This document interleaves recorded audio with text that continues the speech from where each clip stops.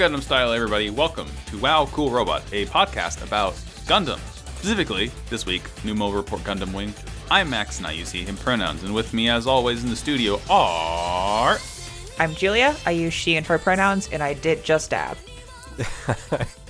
I'm Jared, or Jay, and I use he and them pronouns, and I'm doing the inverse of a dab. What could that mean? Now I'm interested. It's just like when the wing fires lasers just in a circle in space. Don't think about it too much. Don't think about it too hard. You mean Hero's signature move? Yeah, Hiro Yui's signature move in the Wing Zero. The one he does so often and nobody else does. The one that I've talked about a dozen times, saying he never does it. You should try spinning. That's a good trick. We watched episodes. These episodes kind of fucking beat ass, actually. They were pretty good, yeah. They were really good.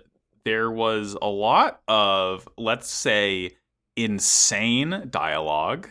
Yeah. Yes. Yeah, I hope y'all talk about that. For context, I have a bit of a migraine. I've only watched the first of the three, but I know you were talking about some interesting dialogue choices, so I'm excited to hear about some of the weirdness. Yeah, let's just say that God gives his strongest battles to his strongest soldiers. Weirdest soldiers. God gives his biggest migraines to his strongest soldiers. Oh. Sorry, God, I'm not very strong. Try again. You're literally my weakest soldier. Yeah. Well, let's get into it. Sure. Is this... Who is the first summary? I do. Think you do, that's right. I was like, Did I? No, No. I didn't. We're good. Episode 34. And its name is Epion. After Wing Gundam is disabled during the battle in Luxembourg, Hiro is forced to abandon it and enters Treize's mansion. There, Treize presents Hiro with Epion, a Gundam that is equipped with a Zero system just like Wing Zero. Meanwhile, Oz's attempt to destroy Wing Zero is interrupted by Zex, who sacrifices the Tall Geese as a distraction in order to acquire the Wing Zero. Good Treize is weird. Solid. Yeah. Treize is on fucking... Treize is kind of a freak with it. Yeah. He got, like, really into psychedelics when he was on house arrest, I think. Okay, to be fair, this is still the same Treize that, like, almost watched a baby drown while pontificating to a woman. I forgot Treize Jesus moments. Yeah, That's no, Treize right. is... That did happen in this classically fucking animated insane. program. God. I've mentioned this to the two of you, but I want to point out in the English dubbed version of this show, it must have been something with, like, I've mentioned it before, but just like the delivery or maybe the writing or the translation was just like a little awkward, because there are some very like flat deliveries on some of these lines, almost like there was just like no real direction, and it's just like they didn't know what to say, so they just kind of said the line but didn't really know what or why they were saying it. It's kind of weird. Mm-hmm. I didn't really notice anything out of the ordinary when it came to the sublines. It was more just talking, and they didn't really need to have any like overly complex delivery here, because they're just fucking chilling and talking at each other in like a very cool lit mansion library thing. I mean, they are pointing guns at each other for the majority of it. Yeah, it's just a bit dry. It is. Yes, yeah, that's fair. Mm-hmm. Which is fine, because, you know, it's contrasted well by the action in the other parts of the episode. Okay, I think that's actually valid, because, yeah, there's a lot of just talking at the start of it, but you do get to see the Epion kick ass, and you do get to see that damn goose kick ass, so I'm into it. Last time. Don't make me cry. Speaking of kicking ass, this one starts out, the Virgos, the mobile dolls, are... Wing Zero is just fucking gone. Like, Hiro is shot down by the Virgos. He can't really move. Before they can completely destroy him, we see a bunch of kamikaze Leos fly in. They're all yelling, Treize-sama Banzai. And they all suicide bomb themselves to destroy the Virgos. This is when Hiro, who's like wearing the Academy uniform, he's a little fancy boy. Yeah. It's I Also, love I will these say, as- you said that was Wing Zero. I think that was just the original Wings. Right, Yeah, I'm it- sorry. It is I just just a Wing Wing. Gundam. Because like my notes are like the Wing and Zero system, Yeah. and it gets muddled in my mind. This is No worries. regular Wing. Yeah. Hero runs out and sees a dying Trey's faction soldier. He just asks him to like protect Trey's, and he dies. And Hero like looks up and sees Trey's castle in the distance, like the fucking Castlevania title screen. Yeah, it's really good. And like shouts out to those last 3 Leo pilots. I don't know that they had to go that hard, but they took out like the last couple last couple Virgos, and that was the end of the fight. Yeah, 'Cause, like like- that was actually brilliant. Like you and mentioned, probably Max, was Hiro needed. runs over to a Trey's faction soldier, but he just like straight up jumps out of the Wing's cockpit like with no regard for the battle going on, and we don't see any further action. So it seems like the fight's over, but it's kind of unclear because like where the fight left off the previous episode, it looked like Hiro was about to get like surrounded by Virgos. Yeah. And then like these Leos just showed up and did a kamikaze attack on the Virgos. Later on, we learn this is just a lull in the fighting, and there's gonna be like another Okay. wave. But yeah, and at this point, like Hero's able to like run free and run to Trey's castle. Because the next scene is Dermail just like straight up ordering more soldiers to come in. Right. Like he's like, I want that twink eliminated, referring to Trey's. He wants them fucking Dermail gone. is pissed. Isn't it wild that Trace is 24 years old? That's fake, actually. It's don't amazing believe that that. Trey's is only 24 years old fucking and he's believe caused that. a revolutionary war. I don't believe that shit for a Didn't minute. it also say he was 5'9"? He's 24 Yeah, years old and 5'9". I He's mean- small. To be fair, that's very close to me. So Mm-hmm. But it's This- like, Yeah, it's information I don't know what to do with. yeah, It I would have feels rather fake. not known. yeah, like this Keep boy it is secret. like late 20s at best, and there's no way Mhm. he's shorter than 5'10". Like it's just Yeah. not. Yeah, It's not. absolutely. Death of the author. He's our Trace now. We cut to after the scene of Dermail ordering more troops in. Hero makes it to the castle. Yes. There's like this sort of scanning pad and asks him his name and fingerprint, and he puts his hand on the pad and says Hiro Yui, and it's like, welcome. Yeah, so ID accepted. it Curious. accepts him, and he doesn't have to punch in a number code with his weird fingers turning the wrong way. He doesn't have to fucking mangle his hand. Yeah. And we see Hiro like James Bond style, like prowling through this like mansion, this castle. And he goes to the breakfast room style detention library that Trace is being held in. And I think the line Trace says is, "Well, I welcome you with my heart, dear messenger of peace." You know, the normal way to open a conversation. This is There's some insane. This serious choices God. that were made, and how this boy decided to start and continue this Mhm. conversation. Yeah, I didn't really write good. every single line down here. I wrote kind of like the main Cliff's Notes I of tried it. to and avoid it. Yeah. it's like we can fucking spend so long talking about this scene, but it almost feels like we haven't seen Trace for so long, Mm-hmm. and so much has happened in the course of this war that Trace has to basically like reframe himself and his viewpoint and his actions, because Right. he's like, Hero, I want to talk. And they're talking about peace first. Hero Mhm. says all peace is... Hero says you can't fight for peace. Peace is just the outcome of a battle, which leads to Trace asking him, who's your enemy? And Hero answers his usual way, in that his enemy is whatever whoever's in his way. Mhm. Trace is like, no. Destiny is your true enemy.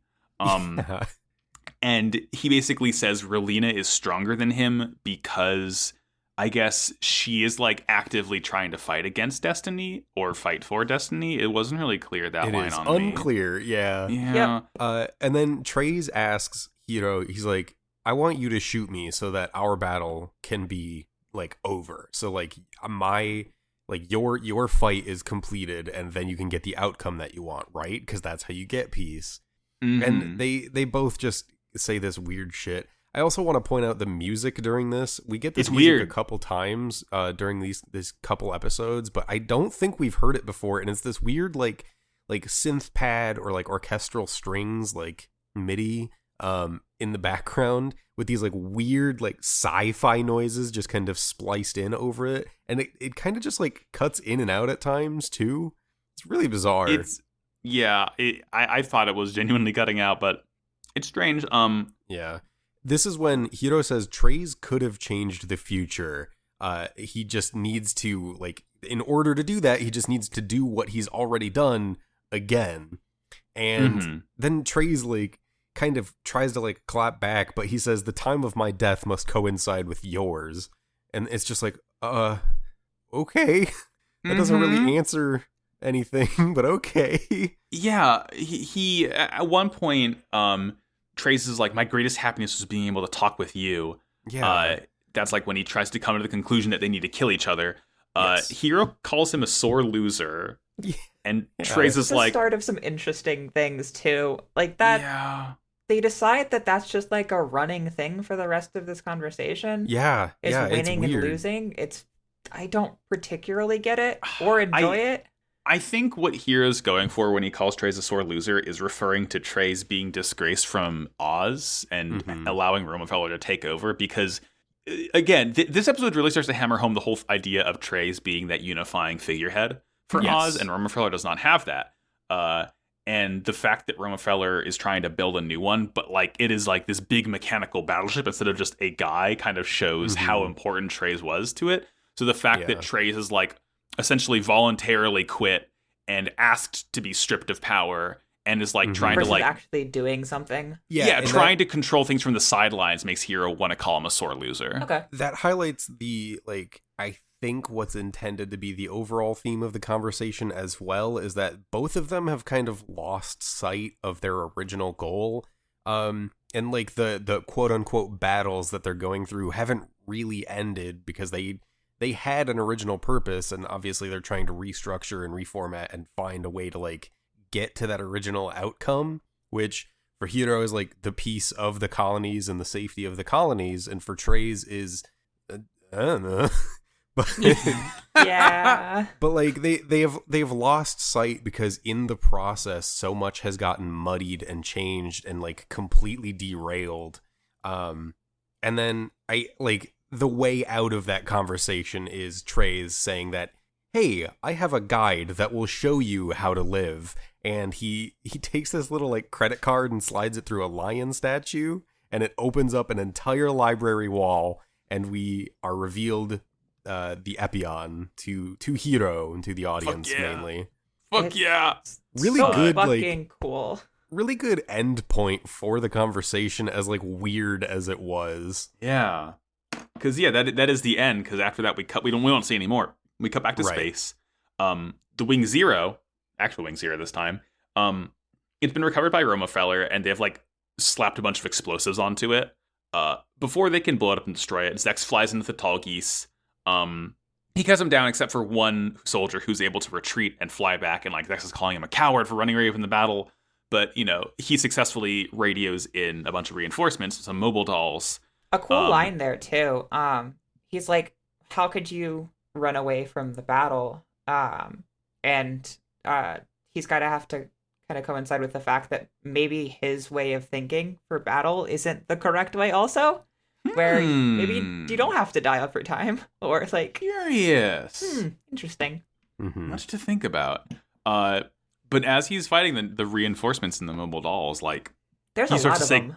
There's a lot of them, and he starts to say goodbye to Tall Geese. He's like, this is our last battle, my friend. I'm like, what the fuck? No! It's real sad, because this goose is good. He's fucking dodging, dipping, ducking, diving, and dodging. All of these Tauruses, like, they expected him, they had the reinforcements and everything, and he goes on this, like, this soliloquy, or this, I guess, monologue, and he's just like, the reason I've made it this far is because of you, Tall Geese. And he ends his statement to the Tall Geese saying, but my priority right now is to survive this battle. Yeah. And he gets blasted in one of his jet engines on the back of the Tall Geese, and he basically jettisons himself and lets the Tall Geese get shot to bits and then activates its self-destruct. And it's heartbreaking to watch. It's fucking sad. And he gets in the Wing Zero, and I'm like, I don't give a shit. This isn't as exciting. I know. It's not his robot. It's not as fun. He does the fucking, but it is fun to see the soldiers are like, oh, Zex, you fucking idiot, you're getting in the robot and we slap a bunch of explosives onto it. And then they blow him up and fucking nothing happens. And he's like, you guys are fucking stupid. Are you kidding me? You know it's made of Gundarium by now. You can't destroy it. Yeah. They say some stupid shit like, this is enough explosives for like 3 Leos. And I'm like, you idiots. There's no way. Yeah, Exactly. I've always been saying the Gundams are as powerful as 3 Leos combined. Yeah, 3 times as fast as a regular Leo. It's 3 times as durable. Obviously. It's just it checks out. We get this cool explosion, and in the explosion, like, the squadron of Tauruses, which is, for the record, the Scarecrow Squadron, they start celebrating a little too early, and we see the silhouette of the Wing Zero in the explosions, and he just, kind of annihilates the Scarecrow Squadron immediately. Mm-hmm. He falls in love with the Wing Zero's capabilities. He's like, its response time is phenomenal. All that shit. And, while he is decimating this group, he does the fun, like, separate the Buster Rifles and spins. We cut to Howard on the Peace Million, and he says, a perfect warrior like yourself should be able to avoid being trifled with by that detestable machine, implying that Peacecraft, Milliardo Peacecraft, might actually be able to handle the Zero system. And that's the thing, too, is he calls him Zex and then corrects himself and calls him Milliardo Peacecraft. Mm-hmm. And this is the second time we hear the word guide, because he's like, you are a guide that will lead us to peace. Yeah. And then we get the Epion reveal again. We go away from space. Yeah. Treize tells Heroes, he's like, this machine's equipped with a system that can show you the future of the battlefield and allow you to gain victory. And I'm like, oh, fuck, Treize, you should not have put that computer in this fucking thing. Nope. Well, okay. Bad idea, homeboy. The 2 things I want to point out specifically is that he says it shows the suit shows the pilot the correct path and their future. It also shows their enemies, right? Yes. He basically says it, like, blocks out your senses for anything that's not your enemies, which, like, yes, that is almost exactly how the Zero system functions, but he's portraying it in an entirely different way. Absolutely. Because he goes on to say, it shows you your future, but I did not have a future. Mm-hmm. So Epion is basically like the perfect combat machine. Like, yeah, that is what Treize believes. It's fucking nuts. And, like, there's this one line that I really liked. As Hero gets in the Epion, he's like, my battle's over now. You still need to find, or he says, he's like, my battle's over now, but I still need to find a reason to fight. He wants to give his blessing to both winners and losers. Yeah. And then Hero asks him, he's like, what, do you see this thing as some type of god? And Treize is like, I don't know, like, a warrior who can fight without being distracted is as close to a god as humanity can get. And when Hero gets in, Treize warns him. He says, don't return as a winner. I want you to return as a loser. And what I think this is, I mean, obviously it's harkening back to Treize when he quit Romefeller. Mm-hmm.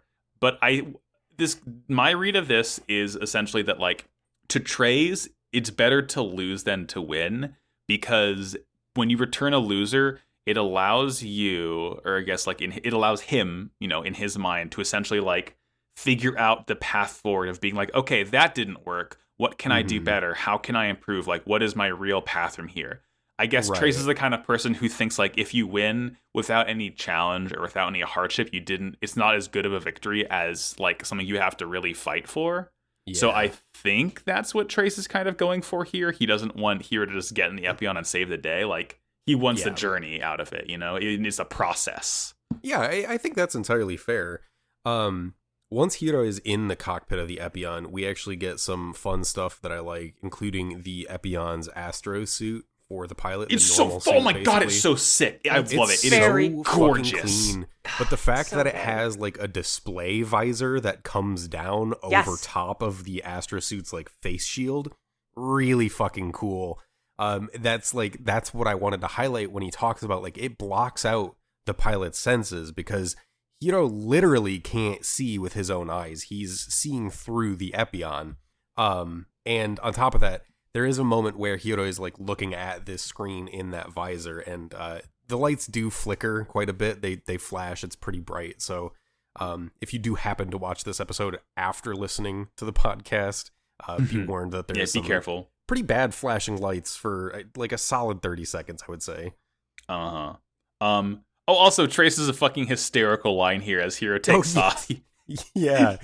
After he says he shouldn't return as a loser, he's like, I won't. He literally says, "I won't let you die until you've killed me first, and I've disabled the self-detonation device." Yeah. Miserable. I hate all of these people. He knows. So He's like, fucking Hero, cool. I know you're a fucking idiot. I know you're gonna try this shit. It is not gonna work with me, homie.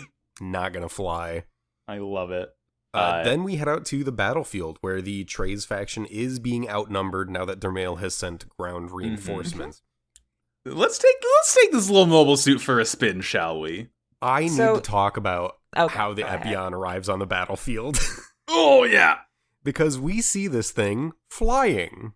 And my favorite part is that Trey's saw the bird mode on the Wing Gundam and he's like, fuck yeah, that's fucking cool. I want to do that. It's perfect as is. He says, and then dragon mode. Boom. Yeah, he did say two-headed dragon mode. So the way this happens is the Epion literally just like turns its head 180 and like tucks it in a little bit. The arms go at the sides and it has the same like claws on the arms. So the fists tuck in, the claws pop out. But the feet the feet of the thing don't like tuck up in a way to like make part of the body. No, the feet fully flip like from the toes turn 180 and flip over top the back of the mobile suit to form two separate like discrete dragon heads of the mobile suit. It looks so stupid and I love it to death. But to top all of that off, it has this like little shield with this heat rod, this like heat whip sort of thing that we'll get to, and that trails behind it to look like a tail while it's flying. Honestly, it looks so much better than the Wings fucking bird mode. Terrible! It looks so bad. The Epion standing upright looks cool as fuck, but to see this thing transform would make you laugh so hard because its legs would just stretch and curve over its back, and that's basically the whole transformation. It's so silly. I think it's better than, I mean, I don't know. It's like, at least this is a I lot think they're more both bad. I mean, they're neither of them are great, but I Yeah. think this looks better than the Wings bird mode because like the tail and the feet becoming this cool too. It looks more imposing, I think. Okay. Honestly, it's mainly Okay. the tail putting the work in. Gotcha. But regardless, it shows up at the battlefield. It heats up its whip, like it glows red. Hero That whip whips. It's so fucking cool. Oh my god, Hero's just fucking Okoing everything on the battlefield. It's He's a really literally cool flying- animation too, because he zooms past, and it's one of those fucking things Yes. where you don't get to Anime see the swordsman katana. looking Yeah, ass. exactly. Yes, exactly. And then, like, as it flies past, there's the red lines of the whip on each of these Virgos, and they explode as he swings by. It's really fucking cool. It's Mhm. fucking tremendous. Small issue though. The Zero system. Oopsie. Well, Uh-oh. even before that, the Trey's faction isn't sure. They're like, okay, this thing's taking out the Virgos, great. But like, do we attack? And I think one of the Leos like fires on it, and that's when Hiro starts to like freak out a little bit, and he realizes the Epion is basically running the Zero system. And then we see the scariest thing I've ever seen in my fucking life. That face. It's so This good. face. Hiro Genuinely got me goosebumps. Yeah, Hiro kind of enters the soup a little bit in this, but it's like just in his eyes. He gets like power mad, and I think the line here is he declares he will destroy anyone that fights. Yes.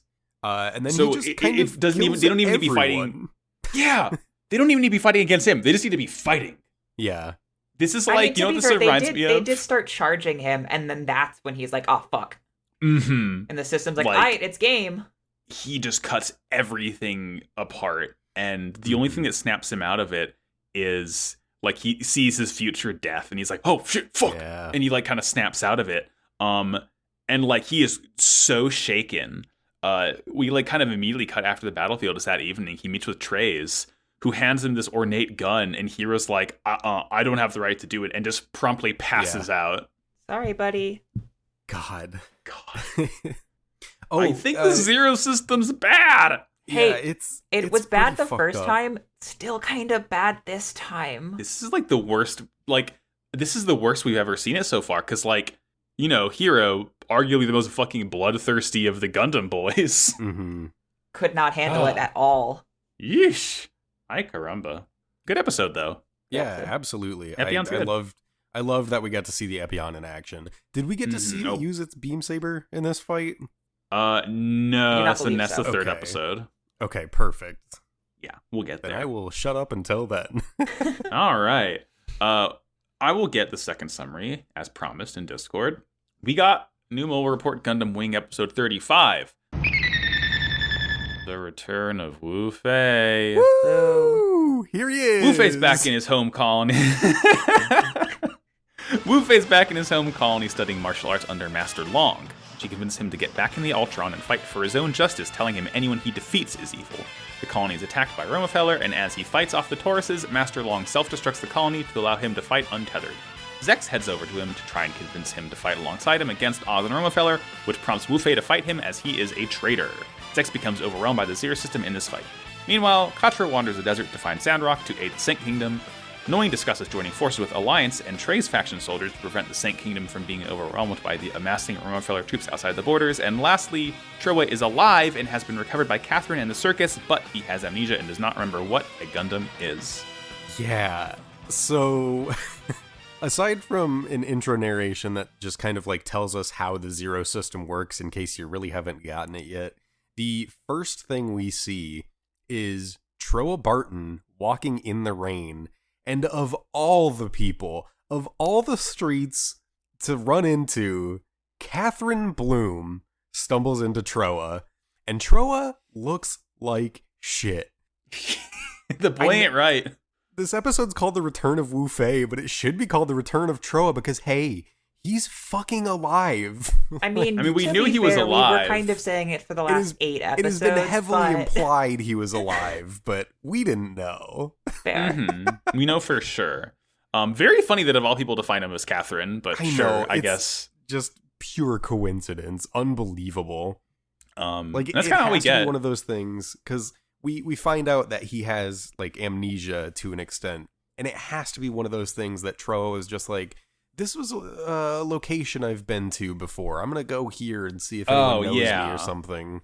I couldn't tell you otherwise. Yeah, no, whatever. Honestly, there's no reading into this.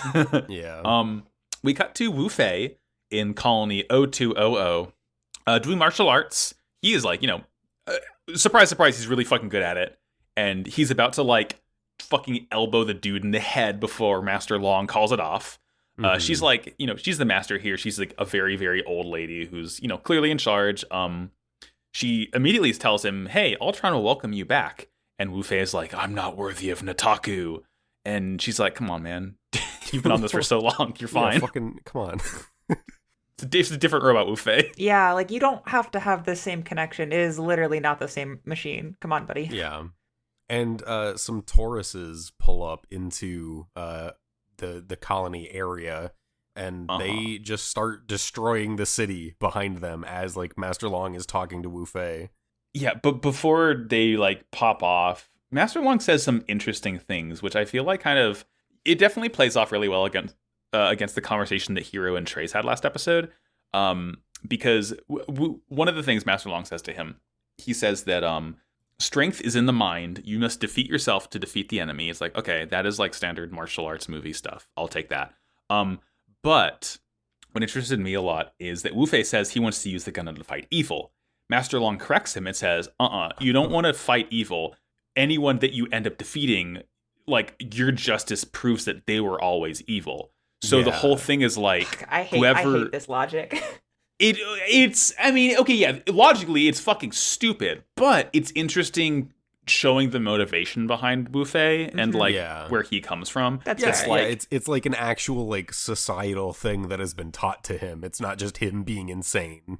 Like the show's getting on some King Crimson shit, talking about only the results mattering, because first we get Hiro saying peace isn't something you fight for, peace is merely a result, and now we have Wu Fei learning that evil's not who you fight, evil's who you defeat. Yeah, I mean, it was a couple episodes ago. Dorothy literally said the results don't matter; it's the action that matters. What is it? Something Dakida. Keka Dakida. That's the one. God, JoJo's fucking comes out tomorrow. I'm really excited. Different show though. Taurus to show up.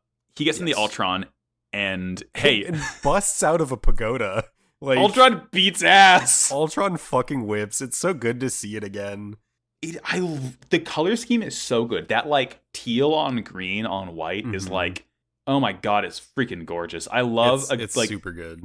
I always appreciate when a Gundam sort of subverts the classic tricolor. And of course, all the Gundams do that aren't Wing Zero, but I feel like Ultron is the closest to it in that it has the exact same head as Wing Zero does, but instead of the blue, it's a green, and it looks it's like it's green and white and red and yellow. It's like, oh, it's so pretty. I love it. Yeah, the Shenlong Gundam actually had that same like typical tricolor scheme too to begin with. It was the only other Gundam that had like the main red, white, blue, green, or red, white, blue, yellow, sorry.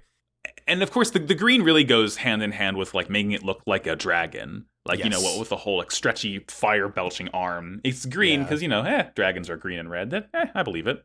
We get a bunch of really solid action from the Ultron Gundam in the colony, and it cuts to like reinforcements for the Tauruses in outer space, and then we just get a shot of the colony as Ultron comes like blasting out of it, like towards these Tauruses ready to fight. You rang. Yeah.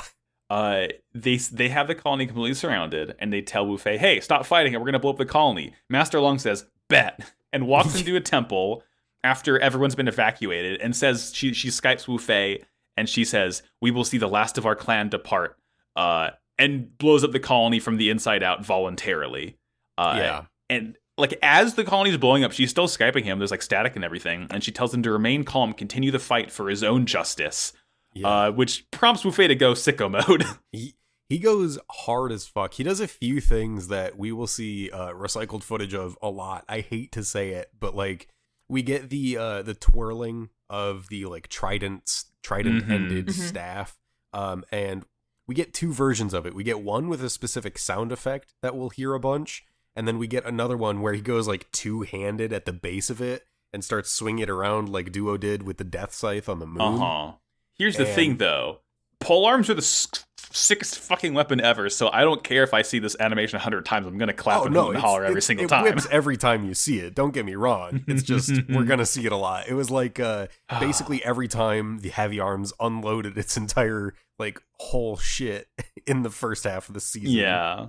Anytime the heavy arms does the, oh god, I'm out of bullets on its little chest laser, or the chest guns. Exactly. Like, I know I've seen this before. Still fucking rad. I'm waiting. I guess heavy arm. I know that heavy arms in Sandrock really don't get much of an upgrade. Because like spoiler alert, we see the Sandrock later on in the next episode. But I think that's technically the Sandrock Kai, and I think it is the Sandrock custom. You want to know what's custom about it? He has a fucking jetpack now, and that's it. Yeah, like he has an Uzi and a space jetpack, mobility and an Uzi, and that's it. Yeah, I mean, fucking whatever. We get like the predecessor of the Wing, and we get like the upgrades of the Death Scythe. Actually, that makes sense because like the only Gundams they actually worked on upgrading were like the Death Scythe and the Shenlong. Yeah, because those are the only ones who have like different names. I mean, Wing Zero because it's a different Gundam, but it's like Death Scythe Hell and Ultron instead of Shenlong. There's no heavy arms custom really. Yeah. But after Wu Fei kills everyone and everything, Zex and Howard are like getting intel of this. And Zex is like, "Hey, let's go ask him to ally up." And Howard's like, "Dude, that's a fucking dude. Don't know. It's a bad idea, man. Don't do it." I really love this because it's the Lagrange Point 5 colony L5, and the section specifically that was the targeted was the 0220. I couldn't tell you. I didn't have it written down. But like Zex is just like, we had so much information previously that I can only assume that was the pilot of Gundam 05. Let's go ask him if he wants to party. Yeah, he was hang out.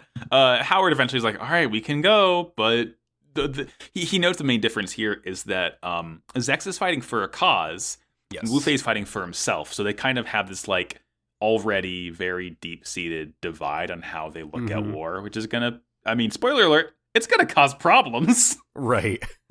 Then we go over to Dermail, who is talking to Tubarov. He actually, first line of dialogue, he mentions Operation Nova twice.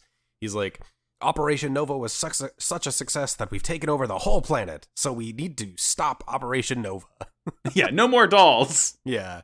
And Tuberov is just like, well, but I want to play with my dolls. And Dermail is like, no, we need he specifically says, we need a piece-million scale space battleship. Hey, Yeah, so how do they know about piece-million? okay, I was about to ask about that actually. Is like I thought that was like a secret thing.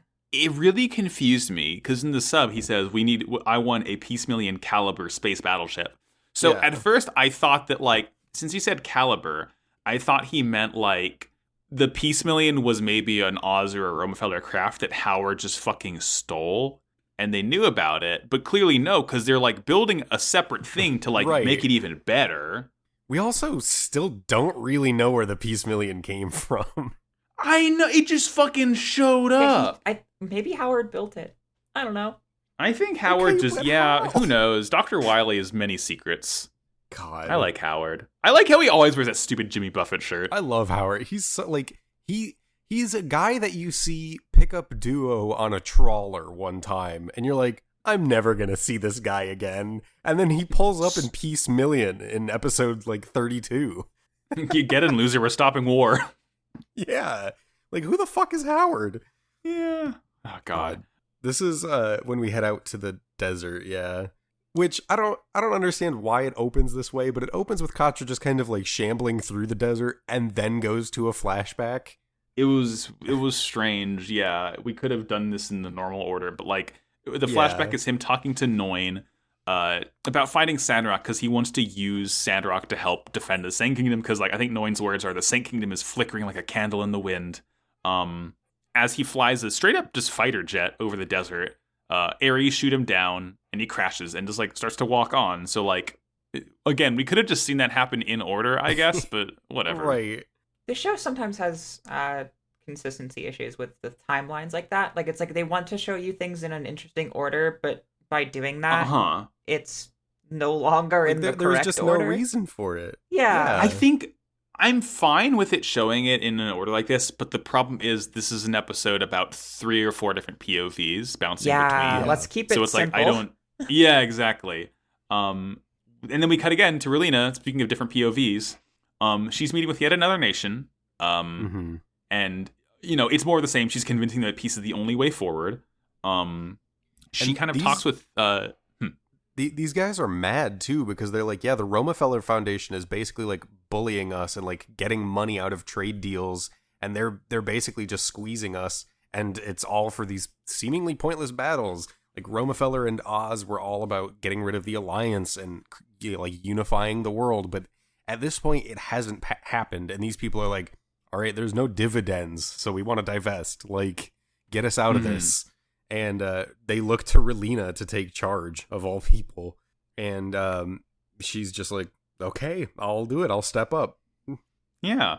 This is a really interesting conversation afterwards with Pagan, because she's asking him, like, do you think I'm doing the right thing? Because she's, like, starting to get worried that she's promising peace without, like, having this absolute pacifism that like to back it up. Like, she's just saying, hey, we're going to do this and it's going to work. But, like, she's just promising it. And there's nothing tangible about it.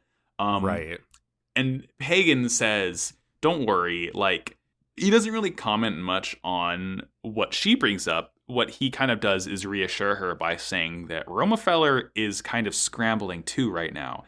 Since losing Treize, they don't have a unifying figurehead. They're like, and it is kind of weird that like we literally didn't hear about this at all until last episode when Treize showed back up. Yeah. And they're like, oh shit, we forgot Treize is here. Everyone said that he's gone. Oh no. But regardless, you know, Pagan is essentially trying to like assuage her fears by saying, yeah, Romefeller doesn't really have it all together either, so you're fine. We get a cute little scene after this in the hangar of Noin getting out of her Taurus. Yeah, so we see like some Treize faction soldiers are here. Yeah, there are 4 white Tauruses that walk into this hangar. And hey, by the way, what's that mobile suit that's in like the left corner there? Oh, is that fucking Epion? Yeah, it's just here now. It's just here now. And so Noin gets back from like this guard mission. And And bunch there's like a new of, Gundam just kind of chilling. Yeah, Okay, yeah. sure. They disembark their Tauruses, and a couple of the Trey's faction guys run up, and they're like, Lieutenant Noin, and she's like, please, I'm not a lieutenant anymore. I'm just a member of the Royal Guard like the rest of you. And they look at her with like puppy dog eyes, and they're like, can we call you Captain Noin? Yeah. She's just like, sure, I guess. Oh, but, I like, suppose. Why not? we don't have like a military structure. We're not a military organization. Wink. Mm-hmm. And after they walk off, Hiro walks up to Noin and is like, hey, is it okay to bring in soldiers from old military structures and military organizations? And they're both just like, it'll probably be fine. They're both like, well, we're being fucking surrounded on all borders by Romefeller, so I think we might need them. And then Noin specifically points to the Gundam, and she's like, the Gundams are a symbol of hope for all of these people, for the people aligning themselves with the Sank Kingdom, for the Sank Kingdom itself, for the Trey's faction. There are all these people looking to the Gundams even for some sign of stability, some symbol of hope, some symbol of peace for the future. And Hiro just says, don't count on it too much. Yeah. He really just shrugs it off. Like, specifically, he mentions it's more of a symbol of Trey's than him. And he literally looks at it and just thinks, what's the big idea giving me this thing? Yeah. It's just such a weird line. It's like, come on, what are you doing? What's the big idea? Let's see. Next scene is Wu Fei continuing to take down more Tauruses. Yeah. He's mad that nobody will fight him man to man. He's mad that he has to fight mobile dolls instead of honorable soldiers willing to die in combat. He hates fighting mobile dolls. God, fucking Wu Fei. And then Peace Million just kind of rolls up as Wu Fei knocks out the last of the mobile dolls. And Wu Fei sees the Wing Zero. He flies to the top of Peace Million, sees the Wing Zero, and just immediately attacks. Like Zex, I think, maybe gets out a word before Wu Fei lunges at him. Yeah. This is like, hey, let's team up, fight Romefeller and Oz. And Wu Fei's like, okay, yeah, sure. A quick question, though. Weren't you a traitor to Oz? I'm going to kill you now. Mm-hmm. Yeah. I mean, it's also remember they did fight at one point, so no, they didn't. I think in Wu Fei's mind, he's like, oh, shit, I'm sorry. Yeah. That's okay. I mean, presumably Wu Fei knows about Zex. No, absolutely. That's the thing. I was Zex reading my notes from this episode, and I was like, I super got flipped around. Right. Right. Well, Zex was Trey's number one underling, and all of the Gundam pilots probably had mission information about him. But I think the really interesting part here is that it parallels his fight with Trey's a little bit. Except this time, instead of fighting man to man, he actually is fighting Gundam to Gundam. It just isn't Trey's. Mm-hmm. God, sick. So he's just like, all right, I'll trust you. I'll team up with you if you can beat me in a fight. So of course they go at it. Remember the last episode when Zex got in Wing Zero and Howard was like, oh, I hope a warrior like you isn't tricked by that evil machine. Yeah, foreshadowing. Well, he starts to he gets hit by the beam that makes him feel effects, and he starts feeling the effects. Oh no, Zex has Havana. He has Havana syndrome. Oh no, no, not the effects. I really love this because the first vision he has is just of him absolutely blasting Peace Million. And then he snaps out of it, and he is frozen in shock. And while he's frozen in shock, Ultron just dragon arms his head off. And it was a dream within a dream. Yeah, 00. Ooh. It's really fucking good. And then Zex he fully actually snaps out, and he kind of is in mid combat, and he does kind of shoot Peace Million's wing towards the back. But he just kind of clips it, and Wu Fei is like, damn, I'm not fighting you, you're wild. Yeah. Wu Fei's like, alright, fucker, I'm leaving, this sucks. Yeah. And Howard's like, hey, shit, Zach, what did I tell you? Yeah, don't shoot our fucking craft. Also, don't go crazy because the Zero system is showing you things. Don't do it. And then I think the last little bit we get is back down on Earth. Clown mode. Yeah, Catherine is performing at the circus, but the ringleader says that it's going to be their last show in town because a Gundam showed up nearby. Troa is back in his clown suit, his same exact one, and he is calling Catherine like big sis and like sister. Aww. And she is very affectionately being like, yeah, like, you know, you can put my costume away over there. Just do what your sister tells you and behave, okay? And he's just like, okay, thanks, sis. Troa did overhear the word Gundam, though, when the ringleader was talking, and after he walks away, he kind of starts to have, like, a reaction to it. Like, he's like, Gundam, why do I know that word? Gundam. And then his eyes get real wide. Doesn't look great. Catherine promises to keep Troa safe. She's like, he's never going to see combat again, if I have anything to say about it. And the camera pans on a very meaningful shot of, like, half a clown mask. Yeah, it's really good. All Solid Gundam episode. pilots are clowns as far as I'm concerned. You're not wrong. It's just fucking good episodes this week. Let's see if we get a hat trick. All right, well, that'll round us out to episode 3. The Sank Kingdom's Collapse. Duo and Hildy are still in hiding, and they decide to do something fun. You know, like go to the circus. Oddly enough, Duo recognizes one of the clowns. Katra makes his way back to the Magwanac, who are under attack and have to act fast to get Katra's ass back into the Sandrock and fight off an invasion. Dermail essentially admits that Romefeller's just going to attack the Sank Kingdom and refuses Relina's quest for a peaceful resolution. Romefeller has the numbers and overwhelms the Sank Kingdom, but with the efforts of Hiro and Noin as well as Katra arriving on the scene, they are able to defend themselves a little bit while the city ends up taking some damage. Dorothy keeps poking holes in Relina's plans for pacifism, and instead of calling others to arms, Relina surrenders herself to Romefeller in order to stop the attack. The Epion feels the rhythm in motion and goes beast mode as Dorothy escorts Relina to the Romefeller Foundation's headquarters. Things are dire. Things get pretty bad in this one. Oh, yikes! This is one of those episodes where things just keep happening and it starts to like stack, like the anxiety just keeps building. There's a lot. it just builds and compounds, and it's just like, which shit, yeah, like, damn, war is bad. Wild considering how it starts with Duo and Hildy. Like, Duo is talking to some like guerrilla fighters about wanting to take back control of outer space and fight back against like the ruling class of Romefeller. And Duo's like, no, I'm not gonna help you guys. I'm gonna keep fighting alone. You should probably stay out of it. And then Duo's just like, peace, and then meets up with Hildy, and he says something. He's like, what would true peace even mean anyways? And then he apologizes to Hildy. He's like, oh, well, sorry, that was really out of character. It's so cute. And Hildy's like, whatever, let's go somewhere fun. Yeah, like, everything's so dour. Let's go do something that, you know, will bring us a little bit of levity. And I don't think she Speaking of levity. It. Yeah, I don't think she says it. No. Noin reports to Relina, that Romefeller is going to attack. We are fucking under attack. Literally. She really wants to meet with Dermail. Noin, like, hates this idea, but she's like, all right, fucking, I can't convince you otherwise. And Relina says, I'm going to do everything I can to avoid a war, which is like, I mean, yeah, that's ideal, but like, how are you going to do that when they're just going to come and stomp you? Yeah.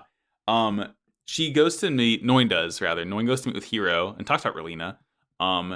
And like, just about like, he's like, hey, things are getting pretty bad, right? And Hiro just kind of like responds by saying like, he only wants to fight against those who want to conquer.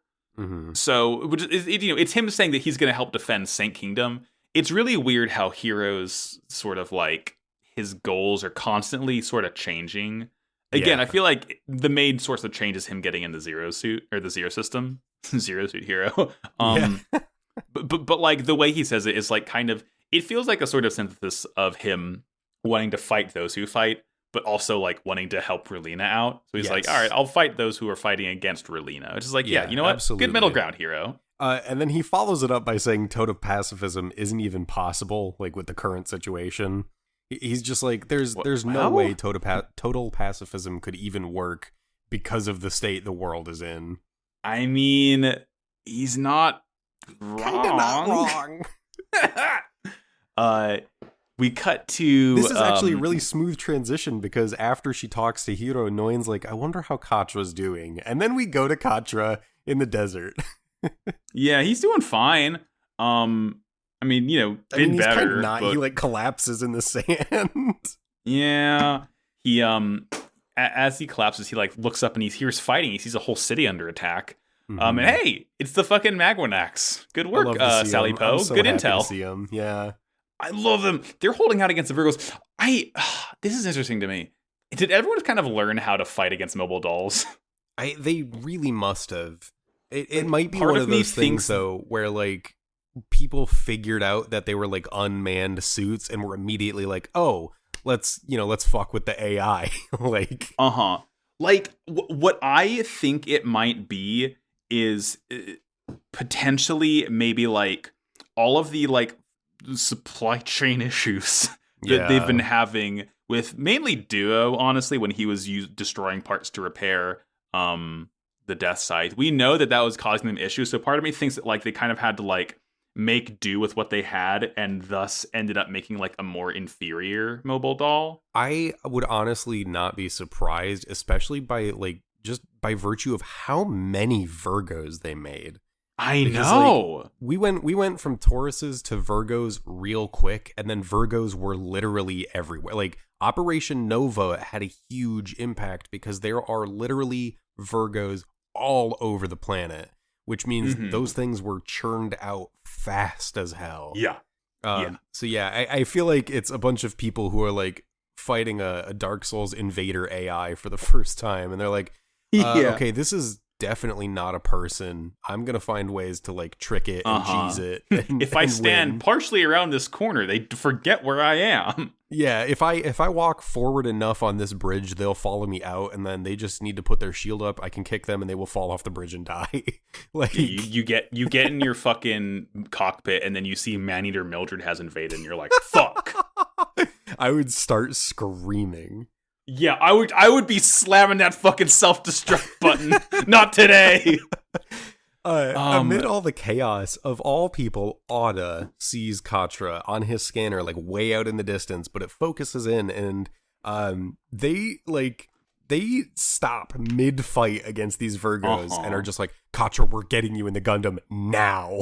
Well, it's so funny when they see Katra, because he is literally smiling and waving at them. It's like, homie, there's a fucking war going on. Don't just smile and wave and stand there. They have a moment for it later, and I'm very thankful. But Oda, like, I think stops and like gets out of his Magwanac, or is it Rashid that gets out of his Magwanac and is just like, we need to get you into your Gundam ASAP.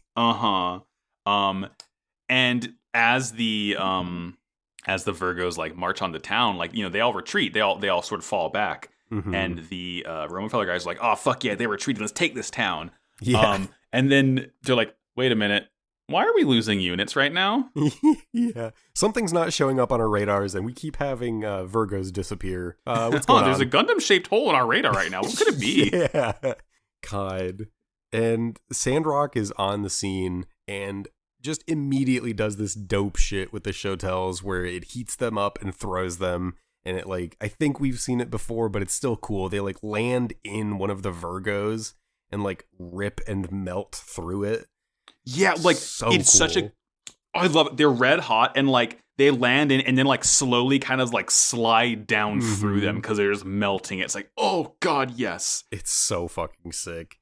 And it's very quick because Katra turns the tide of the battle, and this is the surprising thing, is Katra is ready to fight too. He no hesitation. It just gets back out into the field and starts protecting people and fighting with the Magma. Thanks, Katra. He just like apologizes for leaving, and they're like, "Don't apologize. You saved our life here. Like it's all is forgiven, homie, little young master." They're all happy to see him again. It's a good moment, and I like the Magwanac Corps. I do too. They're a really good supporting cast. They're a fun like collective character. Yeah, and Rashid looks at Katra and he's like, "So, where are you off to next, bud?" And Katra just kind of looks up wistfully and he's like, "I'm going to the one place capitalism hasn't corrupted." Space. God. This is when we head back to the circus. Yeah, so Hildy and Hildy and Duo are in the crowd. They're watching. There's like some clowns on like big bouncy balls, and a lion comes out, and another clown comes out in big fucking poofy parachute pants. And of course, Duo recognizes him and is like, "Hey, that's my war buddy. Let's go say hi after the show." And Hildy's like freaking out. She's like, "Oh, there's a lion there." And Duo's like, not Troa. Lion, he'll be fine. The lion charges at Troa, and Troa does his classic 20-foot triple axel twist, like leap into the air and lands doing a handstand on the lion's back. Mind you, this lion is still just running around loose in the circus, but like it's trained to just run in circles. But they sort of meet up with Troa after the performance, and Duo runs up to him and like kind of he's like grabs him by the shoulders and jostles him. It's like more of a, hey, buddy, good to see you. But like, it understandably freaks him out to the point where like Catherine runs in and is like, no, like he's not going to fight anymore. Don't make him go back to his old life. And like, Troa's like breaking down right now. A really genuinely sad moment because Duo is seeing someone he thought was dead, ostensibly. And on top of that, he's like, not heard from any of the other pilots and doesn't really know how anyone else is doing. So he's like, oh, I have an in. I have a way to keep fighting. I have something. And he starts talking to Troa, and Troa is a brick wall. He has no response. He starts to like get wide-eyed and kind of jittery again. And then Catherine comes in and is like, oh, you must be one of like the people from his past. He's not doing that anymore. He's not like that anymore. And the old Troa can't come to the phone right now. Dejected. Yeah. Yeah. But Duo's like super dejected, and Catherine just kind of like carts Troa off, and Troa's like genuinely just freaking out. Yeah. God, poor Troa. He's really been through it. We get some narration after this scene ends about Tuberov's big nasty battleship. Yeah. It's essentially like putting a huge sort of like economic and resource strain on all the space colonies because, Romefeller is pulling as many just raw materials as they can from everywhere in space they control to help build this thing. Yeah. They don't care. Like Tuberov is like, no excuses, like build this thing as fast as you can. I want this thing operational. Like we need a symbol. We don't have trays anymore. We need this thing. Do you know what that symbol is, Max? Is it the cool S? No, that'd be really funny. This one is a symbol of balance and typically of justice. I believe they end up calling this specific battleship Libra. That fucking tracks because they can't fucking stay away from the goddamn Zodiac. They can't get away from it. And neither can we. That's fine. I mean, honestly, that's a cool enough name. It's like, we already got Taurus, so I'm happy personally. Yeah. This is the Sagittarius. You're right. Honestly, I'm kind of bummed we didn't get a Sagittarius unit because like that could be a really cool like archer sniper type unit. Absolutely. In the like later stories, there's the Gundam Geminas, which is the Gemini. I do know about the Gundam Geminas. Tremendous name. The Gundam Gem in ass. Really good name. They got to Gemini eventually. I don't remember if they've done anything with Sagittarius. Very sad. This is when we find out the capital of the Sank Kingdom is called Newport City, by the way. Like, I love Mother 3. It's like we up until this point have kind of just been like operating under the assumption that it was like a city state, like a city state, DC, yeah, or like the Vatican, but like no, it's like an actual nation called the Sank Kingdom, and there is a capital, and it's called Newport City. Yeah, it's called Newport News in southeastern Virginia. God. And it's gonna be fucking attacked. Yeah, Relina and Noin are talking, and Dermail is just like, we are attacking. Relina has been accepting all these soldiers from the Trace faction and all these guerrillas without any qualm, and being party to like building those forces and taking in those traitors to Romefeller. Not gonna sit okay with him. Yeah. After that, Noin tells Relina, she's like, hey, Relina, don't be too hard on the people who would fight to protect the kingdom, and then sleeps and fucking runs away. Yeah, it's really it's good. Like, AKA me, bye! It fucking rules. Pagan they evacuate the whole kingdom. Yeah, Pagan is basically in charge of the entire evacuation. I think specifically of like the institute that Relina has been running, but like he's kind of in charge. Yeah. Yeah. Fucking Pagan. He should just be the king. For real. He's the only one I trust so here. Much. Yeah. He's the only one I trust because he showed up to his first meeting with Dorothy with a fucking clock. I mean, he knows. So the battle begins. Everyone flies out. Like we see, Epion in dragon mode and like all the Tauruses in flight mode. We're heading to the battle. Relina is like still in her like office in like the main city or the main building in the capital, watching it. Like, and Dorothy's there, just basically taunting her. She says that like, oh, I couldn't evacuate. I'd missed the fighting. Yeah. And Dorothy is like kind of telling her that, hey, you can't really ignore the help from your allies because if you ignore them, the kingdom would be destroyed and the fighting would end up being for nothing and you wouldn't be able to implement total pacifism. This is so she's like really sowing the seeds of doubt in Relina's mind right now. This is the one time I will in fact have to co-sign because that is some real shit that Dorothy is saying. Because this is Dorothy is genuinely being like just straight up with Relina, like, hey, you can't just do peace because people are just gonna squash you. Like you can't say no to the people who are literally fighting to support your cause because they're not doing it through pacifism. Because otherwise you would get annihilated. Like it's like Noin and Pagan have like hinted at it, but this is the first person who is just like, hey, you're fucking stupid just a little bit. Heartbreaking. Worst woman you know makes excellent point. Yeah, exactly. I do hate to admit it, but I will admit it. Yeah. So Hero like starts to pop off an Epion, and like Noin is saying, "Hey, rein it in, buddy. I know what computer's in that thing. You don't want to do this." Yeah. We're rapidly kind of cutting back and forth between Relina's office and the battlefield, and Dorothy is continuing to sort of be the devil on Relina's shoulder, and Relina responds by saying, I don't have time to listen to your war fantasies, Dorothy. Fucking get her ass. Good. Yeah. What is it? Dorothy says there are absolutely people who would fight for her cause. All she needs to do is ask. And Relina just like has a really hard time shrugging that off. This is when we start to see a few things, like a house getting blown up in the city. And there's, hey, a burning teddy bear. I wonder where we've seen that before. It is a very lusciously animated shot of the bear like slowly succumbing to the flames. Yeah, it's I believe intended to be like related to the imagery of the teddy bear Relina pulls out of the ashes in the opening of the show. So pretty cool. It's Chekhov's bear. Hiro sees the city being attacked and has a vision of like Relina in her office getting like just getting dusted. Fucking murked by a laser. Yeah. And he's just like, not gonna happen, and starts like blasting off towards the city. This is when Relina is like, okay, Dorothy, I need you to connect me to all the rich people that you know and like put me on Skype, please. Let me use all their satellites to broadcast a message. And Dorothy's just like rubbing her greedy little fucking hands together like, ooh, she's gonna say something really She's good. Making Sicko's face right now. Absolutely. Yes, haha, yes. And then of all the things that Relina could say, she says she would rather dissolve her country than fight.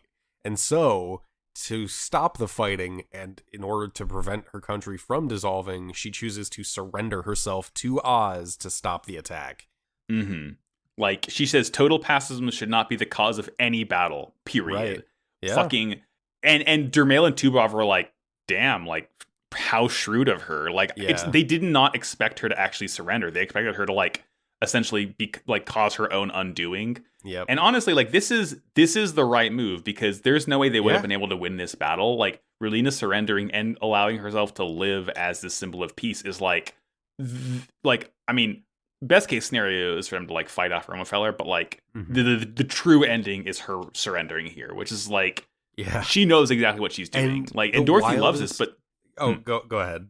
I was gonna, like Dorothy loves this, but at the same time, it's like this is like both good for Dorothy and Relina. Yeah, absolutely. And the wildest thing on top of all of this is, I think we get another cut back to Dermail where he's like, I could use this. I can turn this around. We can bring her in, and I will use her as leverage for my own gain. Which is just like, be our symbol. This dude's playing 5D chess. God. Dermail, yeah, I can't wait to see Dermail get fucking got. The fighting does actually stop, which is kind of the craziest part of all of it. Noin invites Katra to outer space. They're like, that's where we need to go next. And Dorothy says she'll keep Relena safe and basically gets her in like a helicarrier and is going to take off and head like over to the Romefeller headquarters or whatever. And then as Relena looks out a window onto the like kind of crestfallen Sang Kingdom, Newport City that's been a little bit destroyed, a fun little song starts playing. I'm gonna say right here, Rhythm and Motion fucking beats Just Communication's ass so hard in my mind. I love Just Communication, and it is the standalone intro for me, and I'm okay with other people liking Rhythm and Motion. I also think it's a phenomenal song. The intro animatic that we are going to get eventually, far superior to Just Communication. I can't wait. It is by far better, and I will absolutely cop to that. It is unfortunate that it takes us so long, and we haven't even actually gotten it yet. I know, yeah. It's like an AMV at this point, because we hear Epion the song. Epion is going fucking sicko mode while Rhythm and Motion is playing. Ballistic. And Hero's, he's like fully like in the zero system right now. He's fucked up. As the song plays, he's like, "Where is my enemy?" Because he's the only one still fighting, still cutting apart any mobile suit he sees. Yeah, that's. I think there's someone who like mentions like the fighting has stopped, but someone from Romefeller is like, there's one mobile suit that is still moving, and then Rhythm and Motion intensifies, and Epion is just like tearing through suits on the ground. God, really fucking good. It's good, and that's episode. Hey. Good show. Yeah, absolutely. I can't wait. I mean, like, so much. Gundam Wing is continuing to just set stuff up, and like, I really hope it ends up sticking the landing. Of course, only time will tell, but until then, we'll keep on marching. And I have a pretty beefy segment today. Is the Beyond Toon World, as we discussed. You're going to love this. Trust me. Beyond Toon World! We're going to talk today about Yumi Toma, who is the voice of Sally Poe. Ooh. I couldn't find a whole lot of information on her herself. She was born December 20th in Chiba, Japan. On the voice actor website I found, the only hobby listed is watching Young Magical Taruruto. Don't know what that is, but hey, my hobby's watching anime sometimes too. Go off. She has a lot of really crazy roles. She's kind of settled into a very specific niche of video game girl bosses, but we'll get there. Okay. Starting in the mid-'80s when she's kind of hopped on the scene, she was Akira in Saint Seiya, 1986. For some reason, the Behind the Voice Actors website lists her role in 1987's Japanese dub of Brave Little Toaster as the young master. That's an anime. Why not? She was Deedlit in 1990 Record of Lodos War, which is like a sort of, fantasy anime. Deedlit's like an elf. There's a game recently, a pretty good Castlevania, from what I hear. Deedlit in Wonder Labyrinth. 1991, Gundam F91, she was Cecily Fairchild. Oh, no kidding. Yeah, Nice. I think she's like one of the main characters of that movie. She's like the main character of the movie, yeah. Tremendous. I know Seabook is like the main boy, but... Yeah, that's okay. true. In 1993, Sailor Moon R, she was on, who was like the girl twin or the girl partner character of like the first set of bad guys to that show. She was also Xenia Flower in 1993's Sailor Moon R movie, who I think is the main villain of that. In 1993's Victory Gundam, she was Kalina Wogel and Elena. Haven't seen Victory, whatever. I haven't either. In 1994's G Gundam, she's Princess of France Marie Louise. Oh, no way. Yeah. Wow, a Gundam staple. Like, look at her. I really like how if a Gundam voice actor was active in the 90s, they were in almost every single 90s Gundam show. Yeah, for real. Yeah. I feel like they found a couple people and were just like, yes, you. Funny enough, I haven't seen any crossover with Gundam X yet. Interesting. 1999's Turn A Gundam, she was Tetef and Linda Halle. Can't wait to see Turn A eventually. In addition to Sally Poe and Wing, she was also Mrs. Darlian. Oh, wonderful. Not much of a role there, but in 1998's Xenogears, she was Elhaim Van Houten. I just mentioned all the Xeno characters. Mm-hmm. In 1998's Yu-Gi-Oh! Original anime, she was Kaoruko Himekoji, who was one of the villains of the week. I genuinely do not remember what her deal was, but she was in it. Watch Yu-Gi-Oh! Season 0. It's really good. In the 2000 Street Fighter Alpha the movie, she was Chun-Li. Oh, fuck yeah. Yeah. A 2000 anime known as Inuyasha, she was Toron. Okay. It doesn't ring a bell, unfortunately. Okay, yeah, it didn't for me either. In 2001's Metal Gear Solid 2, she was Fortune. Oh, wow. Yeah, she's been in a lot. What the fuck? In the Xenosaga games, she was Nephilim. In the Dot Hack games, she was Helba, Gardenia, and Emma Violent, I think. Okay. Is the name? I don't know. In the Oh My Goddess and Ah My Goddess anime, she was Ord. Like she's been that for a while. I don't watch those, but I've never heard of that until just now. Interesting. If it's I think it's a horny anime. I don't know. I haven't seen it. Don't tell me if it is, listeners. In the Valkyrie profile games, she was Lenneth Valkyrie, which is really funny. More characters should just have the fucking name of the game part of their name. Yeah. Sans Undertale looking at you. Shulk Xenoblade. His name is actually okay. It's really funny because Shulk is like the only fucking character in Xenoblade who has a last name, and it's Stoss. Shulk Stoss. In 2010's Halo Legends anime, she was Cortana. Oh, nice. Yeah. In the Warrior Orochi games, she was Joan of Arc. Sure. In 2013 Sonic Lost World, she was Xena, who was like the green bad guy girl. Yeah. Whatever. 2014's Grand Blue Fantasy, she was Hellas. Again, if it's a gotcha, I say it for Julia's sake, who's not here right now. Right.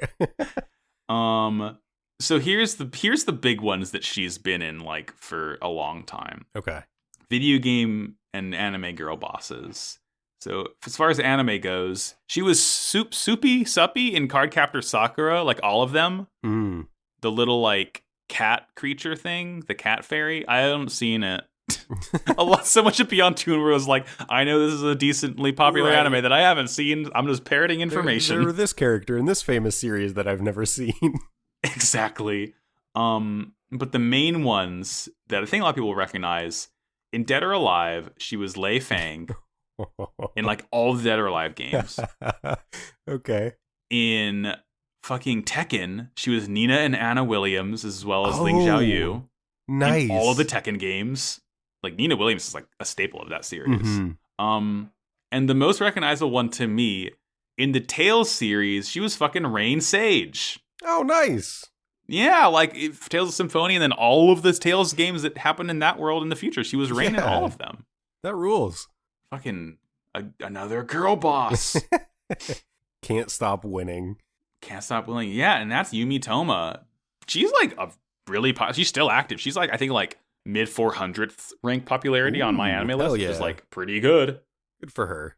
Yeah, no, like I mean, and Sally Poe's like really not that big of a character in the grand scheme of things in Wings. So it's like I know. I think the American VO for Sally Poe also played a secondary role, and I think it's Catherine Bloom. I can't remember off the top of my head, but I've definitely seen it. I believe it. And that's Beyond Toon World. Lovely. We did it. And now it's time for plugs before we get to our bit at the end. Yeah. No Operation Meteor count. It was 2 Operation Novas. So like, if you count that as half, it's 1 Operation Meteor, I guess. Yeah. Yeah. One was much more catastrophic for the people of the series. Anyways, I'm Jared or Jay. You can find me on Twitter at PagliacciProtoJ, and you can find me in the Gundam Discord. I mostly hang out there, and I just tweet a bunch of bullshit. So follow me at your own risk. You can find Julia at the Crown Jewels on Twitter. That's the crown jewels, I think, __. Yeah, Yep. that'll be in the show notes. As for me, you can find me on Twitter at MaxiBajillion. I have so many fucking podcasts to plug. Oh me, oh my. Pod of Greed is a Yu-Gi-Oh podcast we do at Pod of Greed Cast. Slappers Only is a video game music showdown podcast I do at Slappers Only Pod. And Nevermind the Trollocs is a limited series Wheel of Time podcast of the Amazon TV show that I'm doing with previous hosts of Zeta Gundam on Welcome Robot Sarah, as well as Mobile Suit Breakdown hosts Tom and Nina. It's a really fun time. We just talk for like about an hour and a half each week on the episodes. I'm Baby. I haven't read the books at all, and everyone else has read all of it from what I can tell. So it's fun going on that journey. It's a great time. Tune in, please. This show is Wowcool Robot. You can go to twitter.com/WowCoolPodcast. Check us out. Discord links in the episode descriptions and the Twitter header. Hey, if you like this show, leave us a 5-star review. That would be a very nice way of, we don't have a Patreon or anything. I don't make money off this. I don't really care to, I don't want it to be a business really. I just want to have fun. So if you want to help us get more popular, leave us a review. It'd be nice. And thank you to Noisepace. Thank you to Matt GameCube, rather, who runs Noisepace.xyz, a podcast network that all my shows are on, except for the Trollocs one, because that's just kind of its own thing. Podcasting. Hey, there's one more thing we got to take care of, though, this week, don't we? Yeah. Max, what's your robot of the week? My robot of the week Looks around the room at different posters. It is a baby with a knife and laser eye. My robot of the week is, you know what? I'm in a JoJo's type mood because as of recording, Stone Ocean, the first 12 episodes drop tomorrow. So I'm going to say my robot of the week is Silver Chariot. Okay. That's a robot. Sure. Technically. We don't know it's not a robot. It's a fucking metal dude who can break off his armor and is has a sort of endoskeleton made of metal underneath. But don't worry about it.